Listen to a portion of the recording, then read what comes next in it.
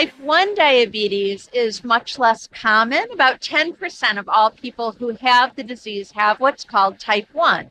And this is a condition where the pancreas stops making insulin. It's called an autoimmune disease where the body attacks the cells of the pancreas and they can no longer make insulin. And people with type 1 diabetes are dependent on insulin injections for life. That's very different than type 2 diabetes, in which there's really nothing wrong with the cells of the pancreas that make insulin, especially early on in the disease. They're making plenty of insulin. The problem is the body's ability to use insulin is impaired. And we now understand that what gets in the way of the body's ability to use insulin is from the fat in our diet. Komplikasi jangka panjang dari diabetes dapat mencakup penyakit kardiovaskular termasuk saraf, ginjal, mata, dan atau kerusakan kaki. Pada kondisi ekstrim, seseorang dapat kehilangan sensasi pada anggota badan yang terkena dampak, memerlukan dialisis atau transplantasi ginjal, memiliki katarak, glaukoma, atau menjadi buta, atau memerlukan amputasi jari kaki, telapak kaki, atau seluruh kaki.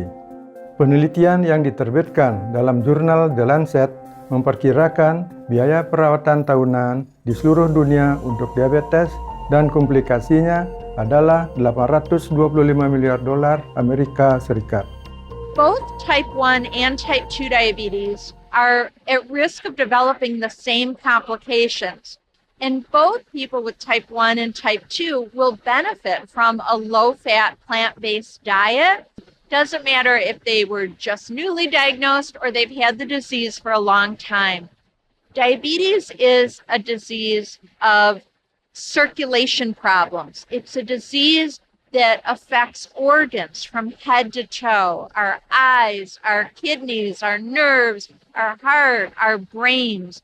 And plant-based diet has been shown to improve circulation and to help to protect all of those organs that are at risk for people who have type 2 diabetes. This is a dietary pattern that's been proven to reverse heart disease, proven beyond a shadow of a doubt. Heart disease is the leading cause of death for people with diabetes. So I would say the prognosis for somebody with diabetes who adopts a plant-based diet is actually really good, both for their diabetes and preventing this number one killer of heart disease. Plant-based diet is a great way to prevent getting diabetes in the first place. And if you've been diagnosed with the disease, a plant-based diet has been shown to turn the disease around. It's something that I recommend for my patients and is something that now a lot of people are hearing about.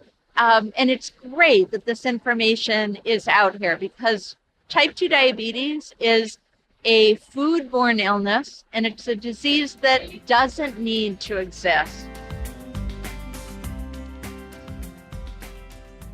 It's no longer controversial in my mind about what people with diabetes should eat. The research is in. A whole food plant-based diet is really beneficial for diabetes and also for heart disease and for stroke prevention and all these other concerns for people who have the disease. A whole food plant-based diet is mostly carbohydrates. Fruits, vegetables, whole grains, and beans are all carbs. When I went to nursing school, I was told we should limit carbs, but I want to make a really important distinction. There is highly processed carbohydrates, things that have white sugar and white flour and turn to sugar in the blood very quickly and raise blood sugar. Those are not health foods and those should be avoided. They're not good for anybody. But whole food carbohydrates are things that are still full of vitamins and minerals and phytochemicals and fiber. So these are whole fruits, not fruit juice. These are whole grains like old-fashioned oats or steel-cut oats, not instant oatmeal. Those carbohydrates are really healthy, beneficial foods. So I highly recommend healthy carbs. Ungkapan makanan adalah obat sungguh benar bagi para penderita diabetes. Dr. Trapp memiliki saran untuk mereka yang ingin beralih ke gaya hidup bertenaga nabati yang menggunakan obat resep untuk kondisi diabetes. But it's really important for anybody who's on medication to make sure that that medication doesn't become too strong. And I've seen that happen over and over where somebody who's never had a low blood sugar changes to a healthy diet. Maybe they have a big bowl of oatmeal for breakfast. Maybe they have a bean burrito for lunch. Maybe they have pasta primavera and minestrone soup and a big salad for dinner. And even though they're eating a lot, all of a sudden they find their blood sugars are too low. And they might feel shaky or sweaty or lightheaded. Those are all signs, not that the diet is bad, but that their medication is now too strong. And it's important to work with a healthcare professional who knows you and knows your situation to look at what medications you can cut back on and maybe even eliminate medications. Sebuah studi tahun 2003 oleh Komite Dokter untuk Pengobatan yang bertanggung jawab menemukan bahwa beberapa pasien diabetes yang menjalani pola makan vegan memiliki perubahan kesehatan yang sangat positif sehingga diabetes mereka tidak lagi terdeteksi. Ini benar-benar menunjukkan bahwa apa yang kita pilih untuk dimakan benar-benar berpengaruh.